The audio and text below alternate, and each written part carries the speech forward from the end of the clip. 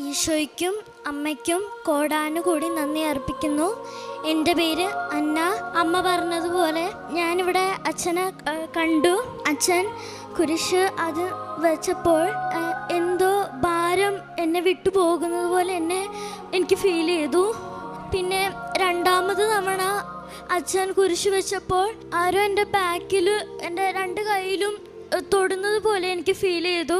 അപ്പം തന്നെ എനിക്കറിയായിരുന്നു അത് അമ്മയായിരിക്കും, അമ്മ എല്ലാം മാറ്റും എന്ന് ഉറച്ച വിശ്വാസം ഉണ്ടായിരുന്നു. പിന്നെ എൻ്റെ ആൻറ്റി എന്നോട് പറഞ്ഞായിരുന്നു അമ്മയുടെ പ്രതിഷ്ഠീകരണത്തിൻ്റെ ഒരു സാക്ഷിയാക്കി എന്നെ മാറ്റണമേ എന്ന്. അത് എനിക്ക് സാധിച്ചു. നേരത്തെ എൻ്റെ ദേഹം ഫുള്ളുമായിരുന്നു, ഇതുപോലെ അല്ലായിരുന്നു. എൻ്റെ സ്കിന്ന് ഫുള്ളും പാടുകളായിരുന്നു.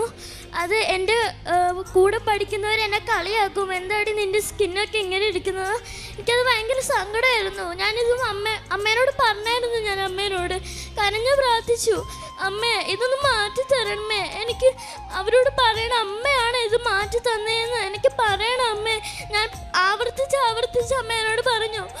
ഇപ്പോൾ ഒരു പാടുകളില്ല, ഇവിടെയൊക്കെ ഫുള്ള് വൈറ്റ് പാടുകളായിരുന്നു.